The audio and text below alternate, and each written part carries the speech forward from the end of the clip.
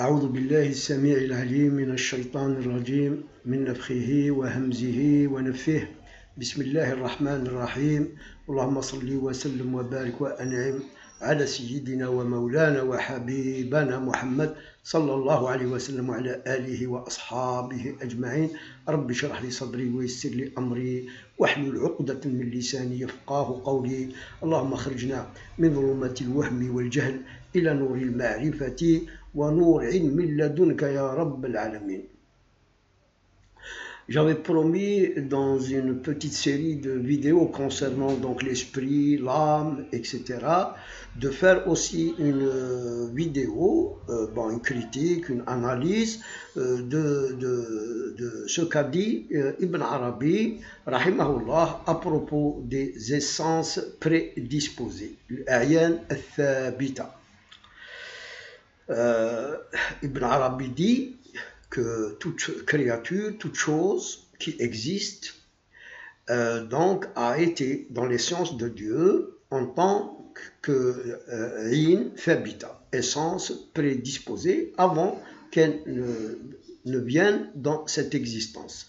Ou bien encore, il dit que toute chose, toute créature qui existe n'est que le reflet de son essence prédisposée dans l'essence de Dieu. Bon, j'ai trouvé pratiquement, depuis que j'étudie ce thème, deux critiques, en quelque sorte, deux approches qui, en quelque sorte, s'opposent à la compréhension éventuelle. On ne sait pas de ce que voulait dire exactement Ibn Arabi. En toute sincérité, la première des choses, c'est que nous, bien sûr, nous êtres humains, on sait que Dieu, dans son omniscience éternelle, donc bien avant la création, effectivement, Dieu a conçu en lui, il a pensé en quelque sorte à toute chose avant même de l'inscrire et de l'écrire sur la table bien gardée, c'est-à-dire bien avant qu'il ne crée le qalam, et qu'il lui ordonne de transcrire ces sciences dans le Lawh al-Mahfouz, dans la table bien gardée. Toutefois, la chose que nous avons trouvée et que Ibn Arabi n'a pas expliqué, c'est que en parlant de ces essences prédisposées, nous pouvons les comprendre comme étant des modèles, des prototypes, etc., de toutes choses, attention, de l'éléphant, du lion, de l'être humain, du djinn, comment il est, du poisson dans l'eau, de l'oiseau avec ses ailes. C'est des prototypes donc, qui étaient dans l'essence de Dieu, avec tout ce qu'elle renferme, effectivement, comme prédisposition. Et c'est ça la nuance. Je voudrais bien séparer que la question des prédispositions, que chaque donc prototype qui a été dans l'essence de Dieu, et ses essences en quelque sorte de prédisposition, ou bien ses caractéristiques, ses principes basiques du modèle, ça veut dire que ce soit un animal ou un être humain, de la plante même, elle a été en quelque sorte un modèle, ce qu'elle doit avoir. Ces donc éléments dans la créature, dans le modèle, dans le prototype conçu dans les sciences de Dieu, effectivement, avait tout ce qu'il renferme en lui dans l'existence, c'est-à-dire, voyons, l'animal, il a un côté, il a donc des émotions, il a des organes, il a un cerveau, il a un animal, et ces organes, ces membres de son corps, etc., sont ajustés, sont disposés dans son corps de la manière à ce qu'il y ait une symbiose parfaite dans la composition du corps.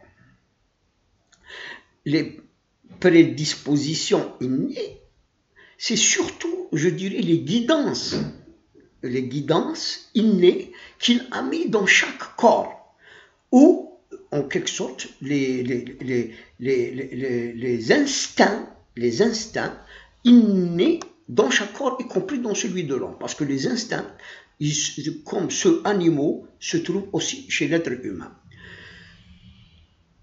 Donc, ces essences prédisposées, on doit les comprendre dans ce sens-là. C'est-à-dire que dans la conception divine, dans les sciences de Dieu, toute créature donc, a été conçue avec donc, des organes, avec des facultés, avec des instincts, avec des dispositions, des prédispositions, plus physiques, corporelles, organiques, etc., qui devraient être en elle avant d'insuffler en elle l'esprit, ruh, avant d'insuffler en elle l'esprit, ruh, l'énergie de vie comme on l'a dit, ou le souffle vital, donc qui compose l'hayat, la vie.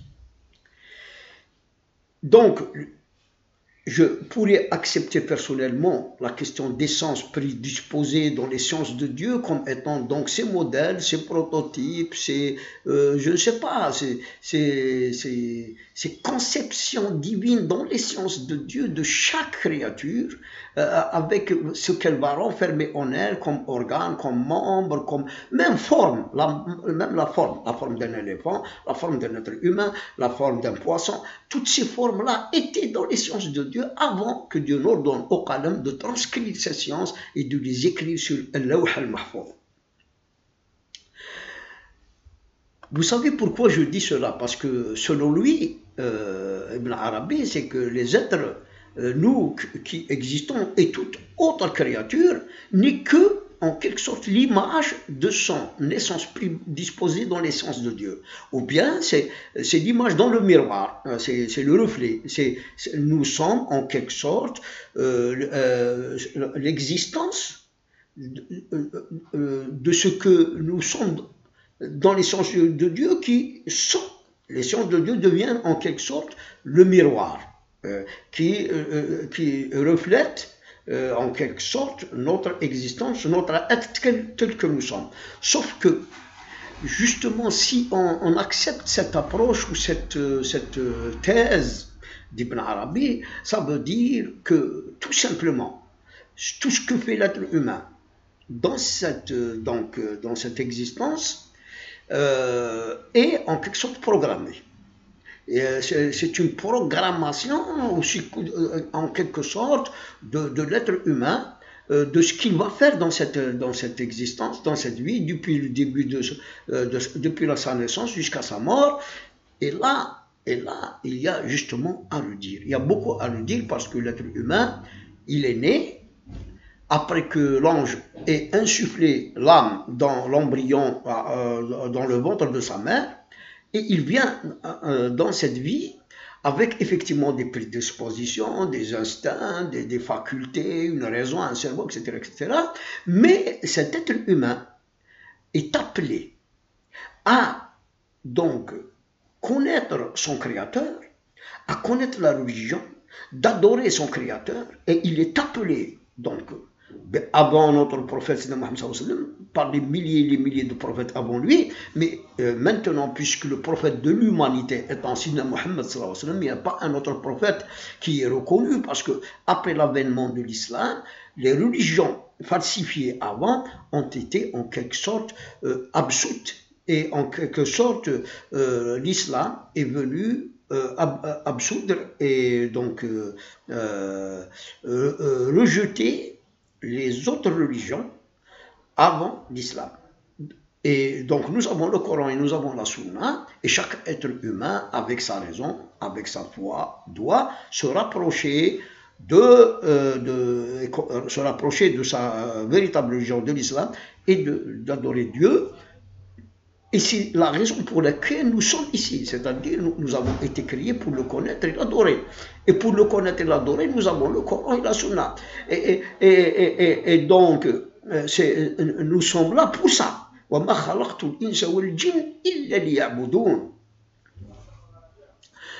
Alors, la critique, ou en quelque sorte ce qu'il y a à redire à propos de ces essences prédisposées, si le côté donc physique, organique, même de la symbiose, de toutes les interactions organiques, de toute la forme, etc. Si c'est ça, si c'est là, donc c'est ça l'essence en quelque sorte de chaque prototype, de chaque être, là on est d'accord. Mais il n'est pas question que ces essences prédisposées, en quelque sorte, soient reflètent en quelque sorte le destin et la destinée, de chaque être avec programmation. Dans le sens que, c'est-à-dire sa destinée au paradis ou l'enfer après sa vie, est programmée et elle existe dans ses essences prédisposées. C'est là, justement, ce que rejette l'islam en général. Parce que, tout simplement, même le destin, le maqadir, que Dieu a écrit sur le Lawh al-Mahfouz, et en quelque sorte, le maqadir qu'il y a sur le Lawh al-Mahfouz, c'est la transcription de ces sciences et présciences avant qu'il ne crée, alors qu'il était seul. Il n'y avait rien à part lui, avant la création du qalam. Et tout ça, et ce que le qalam a écrit sur le Lawh al-Mahfouz, c'est bien ce qu'il avait dans ces sciences. Toutefois, quand on parle de sciences divines, c'est des sciences éternelles. C'est comme si quelqu'un qui a pensé à toute chose, hein, et que il passe après à la réalisation, par exemple, de la chose, de ce qu'il veut faire, et que même après qu'il l'aurait réalisé et fabriqué, par exemple, il regarderait l'objet, il regarderait sa fabrication. Alors les sciences de Dieu sont éternelles, concernent le passé, bien avant qu'il ne crée l'univers. Après qu'il ait créé et qu'il est avec cet univers, et les sciences de Dieu sont aussi après l'univers. Ils sont même après que les gens du paradis rentreront au paradis et les gens de l'enfer rentreront en enfer. Il y a donc en quelque sorte une sorte d'éclaircissement à faire. C'est-à-dire que dans les sciences de Dieu, effectivement, tout a été et tout est dans les sciences de Dieu concernant le passé, le présent et le futur. Les sciences de Dieu englobent tout, englobent la création et après la création, et englobent l'au-delà. La distinction et l'éclaircissement qu'il faut faire, c'est-à-dire que nous, en tant qu'être humain, ne connaissons pas du tout, nous ignorons, c'est l'inconnu de ces sciences. Nous devrions nous conformer tout simplement au Coran et à la Sunna, c'est-à-dire suivre les ordres de Dieu, les commandes de Dieu, réaliser les obligations de Dieu, éviter le haram, enfin, essayer d'obéir à Dieu tel qu'il a prescrit, ordonné par le Coran et par la Sunna de notre prophète du fait que nous ignorons le règle, nous ignorons ce que Dieu a pensé, ce que Dieu a écrit comme destin pour chaque être humain. Nous, il faut s'accrocher au Coran, s'accrocher à la Sunna. C'est la seule voie de salut, c'est la seule démarche de salut pour notre âme. Et partant de là, ignorant le destin de chaque chose, seul Dieu le sait. Donc, nous, on peut tout simplement ignorer ces questions d'essence prédisposée ou de Lawh al-Mahfouz, les ignorer. Sauf que dans notre vivant, dans notre existence, quand quelque chose arrive comme ça, par Dieu lui-même, un accident, quelque chose à qui on ne s'attendait pas, etc., nous disons Qaddar Allah wa ma sha Allah fa'al. Et si c'est quelque chose de mauvais, si c'est un malheur, on doit donc se maîtriser, à accepter le destin etc. Parce qu'il en est ainsi et c'était écrit. Alors, donc, la question qui rejetterait cette approche ou cette thèse d'Ibn Arabi, c'est tout simplement que dans les essences prédisposées, il ne faut pas comprendre une programmation de l'être humain et du djinn, par exemple, à être, par exemple, mécréant, idolâtre, agnostique, ou je ne sais pas quoi, ou bien être musulman, croyant, pratiquant. Dieu n'a pas programmé ça. Mais il le sait, c'est-à-dire il sait dans ses sciences. C'est dans ses sciences. Parce que tout simplement, si Dieu avait programmé dans cette existence le kafir, le mécréant, l'athée ou l'agnostique, etc., il a programmé le croyant, le musulman, etc., ça veut dire que cette programmation est arbitraire. Et cette programmation leverait, donc elle va annuler la responsabilité de l'être humain sur Terre. Donc, si c'est ainsi, c'est arbitraire et c'est injuste. Mais c'est faux. C'est faux parce que Dieu a créé l'homme et le djinn pour être responsable de l'amana, c'est-à-dire de la religion de l'islam, et de ce qu'il comporte comme obligation, comme donc ordre à exécuter, comme halal, comme haram, etc. Et du fait qu'on évacue des essences prédisposées, la programmation par Allah Azza wa Jal lui-même de l'être humain à être mécréant ou croyant, à être agnostique ou musulman ou chrétien, etc. Si on évacue des essences prédisposées d'Ibn Arabi, cette question de programmation de l'être à être mécréant ou croyant, là on revient aux sciences de Dieu. Et les sciences de Dieu, dans les sciences de Dieu, effectivement, Dieu connaît qui serait donc en quelque sorte croyant, musulman, et qui serait chrétien, qui serait athée, etc. Il le sait. Mais ce n'est pas une programmation. Sinon, si Dieu aurait programmé et écrit que tel et tel serait en quelque sorte mécréant et l'autre serait croyant, il aurait donc fait le choix. Et c'est un choix en quelque sorte qui annulerait la responsabilité, qui leverait la responsabilité de l'homme par rapport à la religion et à Dieu, aux obligations religieuses et à Dieu, parce qu'il est programmé. Mais il faut dire effectivement que Dieu sait et connaît celui qui serait guidé vers la voie de Dieu, vers donc l'adoration de Dieu, et qui serait croyant. Et il connaît aussi celui qui ne le serait pas. Là, c'est dans ses sciences, non pas dans le destin, dans sa programmation, dans ses essences prédisposées. Alors, ce que je voulais dire pour clôturer ce sujet, c'est que réellement, on ne doit pas en quelque sorte accepter toutes ces théories spéculatives sur l'abstrait, etc. Parce que franchement, un musulman, un bon croyant, etc., ne chercherait pas trop ça. Parce que il y a même Sidna Ali karramallahu wajhah qui a dit la question du qada et du qadar est une mer houleuse et ténébreuse. Celui qui cherche à comprendre, qui s'enfonce dans cette mer, risque de se noyer et de ne plus sortir. Et ça rentre un peu dans la question du qada et du qadar, du destin, de la prédestination.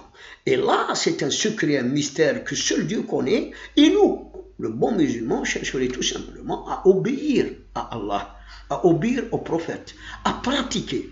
Et de cette pratique, de cette obéissance, de cette foi, de ces efforts qu'il fait, avec les invocations, avec les prières surrogatoires, avec les œuvres de bienfaisance, les actes de bienfaisance, avec ça, il se rapproche de lui. Il faut laisser à Dieu de nous illuminer, de nous bien guider, de nous protéger, d'augmenter aussi notre foi, etc., et de se rapprocher de lui, sans chercher à comprendre ses secrets, ses mystères, parce que Dieu lui-même est secret, Dieu lui-même est mystère, Dieu lui-même est inconnu, et il ne ressemble à rien. Comment alors spéculer sur quelque chose qui dépasse l'entendement humain, quelque chose qui ne ressemble à rien, alors que l'être humain, il fait des comparaisons par rapport à ce qui existe, et à ce qui existe, et comment qu'il vient au monde, alors que Dieu se suffit à lui-même, et il s'est créé lui-même par lui-même, et il ne ressemble à rien.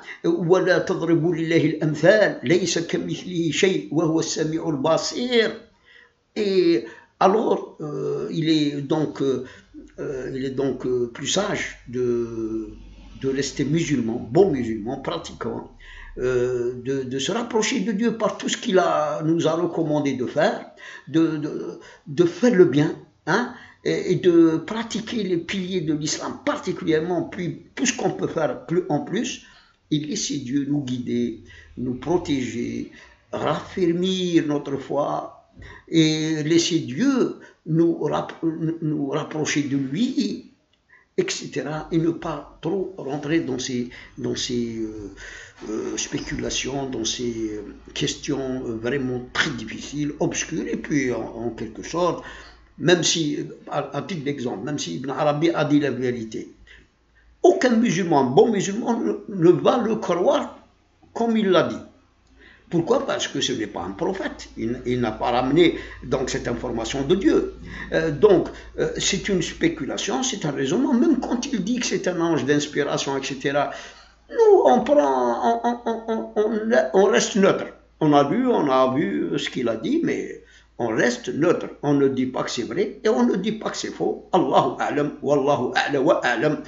Voilà ce que je voulais dire à propos de ces essences prédisposées et les différences et les nuances qu'il faut donc essayer de bien discerner afin de ne pas tomber dans le prédéterminisme, particulièrement de la foi, particulièrement d'être mécréant ou d'être croyant, dans le déterminisme en quelque sorte de tout ce que fera l'être humain, alors que l'être humain a une volonté et a un vouloir. Et